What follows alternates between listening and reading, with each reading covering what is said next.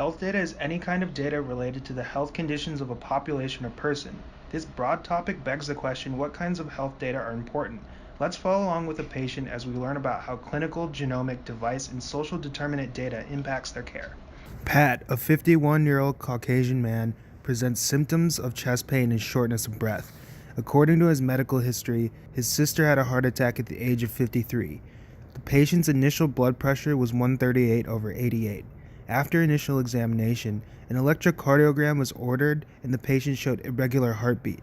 Genetic testing was requested due to the history of high blood pressure. He was then prescribed thiazide diuretic and given a Zio XT device to measure and monitor heart rhythms. After 2 weeks, his examination revealed a slight drop in blood pressure. Let's see what kinds of clinical data are important for Pat. Clinical data, what is it? Information collected in a health setting or for medical use can be considered clinical data, or information of any kind related to a health condition of a population or person can be considered clinical data. Where can we get this information? We can get it on our phones, from wearable devices, information collected at an annual checkup, health surveys or registries, clinical or drug trials, genetic test results, or lab tests. Information stored on the EMR could also be shared between your doctors if they want to collaborate on a potential treatment plan for you as well. Keep in mind that there are many ways this information can be collected and safeguards in place to protect your information. HIPAA has certain standards that organizations must uphold to protect not only your personal information, but your health information as well. So what can we do with clinical data? Once collected, clinical data can provide big and small impact. Rare cases can give insight to other doctors if they come across a patient with a similar case. And vice versa on the big end, clinical trials that are successful can trickle down and directly impact or potentially change how doctors approach a certain disease based off the study and what happened.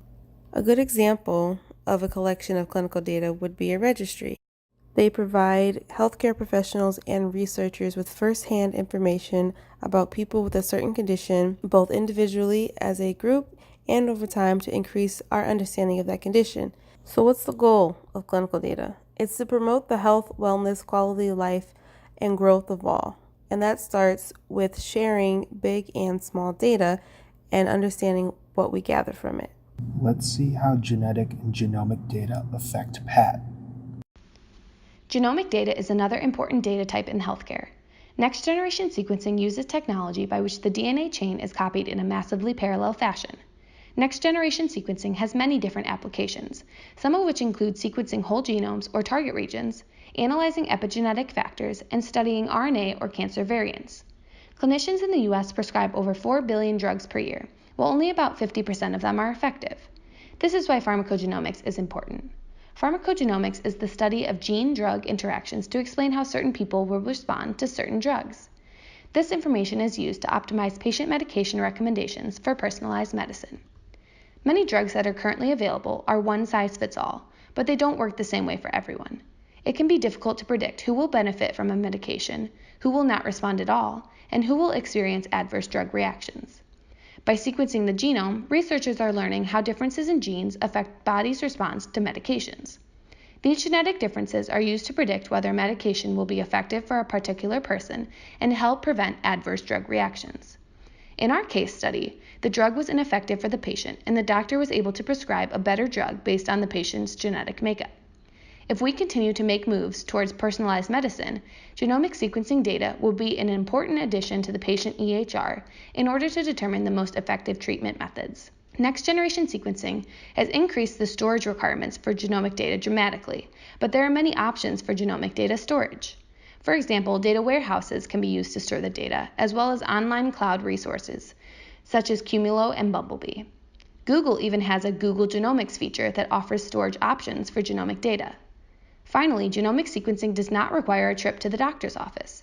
Companies like 23andMe offer at-home test kits for personalized genetics, although the tests are not intended to diagnose diseases. Many of their tests check for health predispositions, such as type 2 diabetes, celiac disease, and high cholesterol. The results of these tests can help an individual make diet or lifestyle changes to manage the condition. Simpson gene, that's just foolishness. Let's see how big and small data factors affect Pat. There are several differences between small data and big data.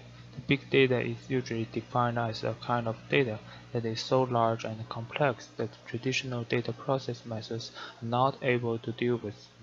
This largeness and complexness is present more than data rarity or volume. Big data has properties of fast general speed, variety format, low quality of data, wider applications, and shorter timeliness. Because of these properties, the big data are usually stored in cloud services and loaded on many energy infrastructures with horizontally scalable architectures. The University of Chicago has funded a clinical research data warehouse that holds rich information from roughly 800,000 patients, available to researchers interested in data-driven medical advances. Early use of this resource is already making an impact in clinical care, where machine learning techniques have driven clinicians a better early warning score of cardiac arrest, called ECARD. It is an algorithm that uses vital signs, lab results, and demographic data to calculate a real-time risk score of cardiac arrest for each patient.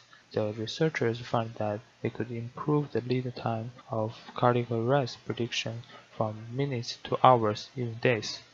The devices used for hospital measurements, genetic tests, or like in the case the wearable heart rhythm monitor XT, are playing a majority role of generating the medical big data.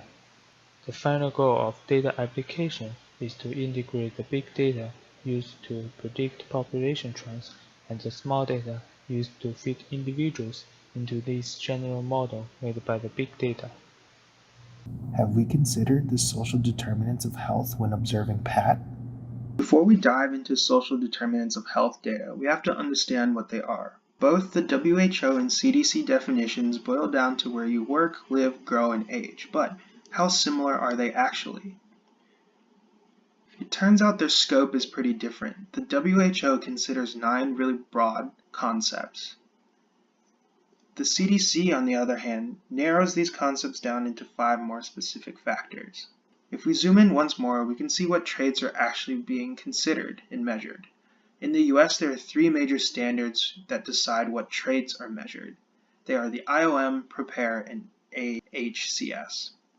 This Venn diagram shows how each standard fits into 5 social determinant categories. No single standard captures the breadth and depth of information for documenting determinants. This difference complicates the sharing and storing of the data and sometimes makes it hard to put into action. Data is typically collected via surveys. This can occur on an individual or community level, and both kinds of data can be integrated into the EHR. The EHR unlocks the potential of social determinants of health data by acting as a connecting point between risk factors and social services. There are still substantial barriers for widespread use of social determinant health data within the EHR. The poor data standards make it difficult to exchange data between systems. Paper screening tools hinder clinician workflows, and lastly, this is an interdisciplinary issue. Social determinants of health data have clear impacts on patients with AFib. Individually, information must be identified, stored, and used with our patients to help reduce the risk of complications outside the hospital. On a community level, others in similar environments can be connected to social services that help reduce the impact of these factors. Let's take a look back at how our case study applies to the data that we talked about. Having access to a clinical data made Pat more aware of his health. With this, not only were better decisions made for his health, but he now has an opportunity to share his heart disease journey with registries like the American Heart Association.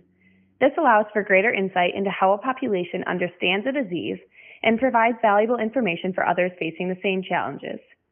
Thanks to genomic sequencing and past sequencing research regarding which genes respond well to a particular medicine, Pat's doctor was able to determine a better treatment option for him.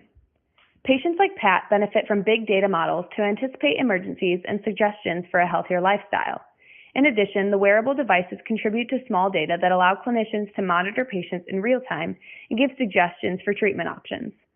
Compared to the amount of time we actually spend in the hospital, it makes sense that our social environment has strong impacts on our health. The specific social determinants of income, education, and social context impact patients like Pat, by putting them at a higher risk of AFib and other heart-related diseases. Health data can come in lots of different types and ranges from small to big data. Having comprehensive measures, collection, and storage strategies for clinical, genomic, device, and social determinant data all come together to paint a more comprehensive picture of health.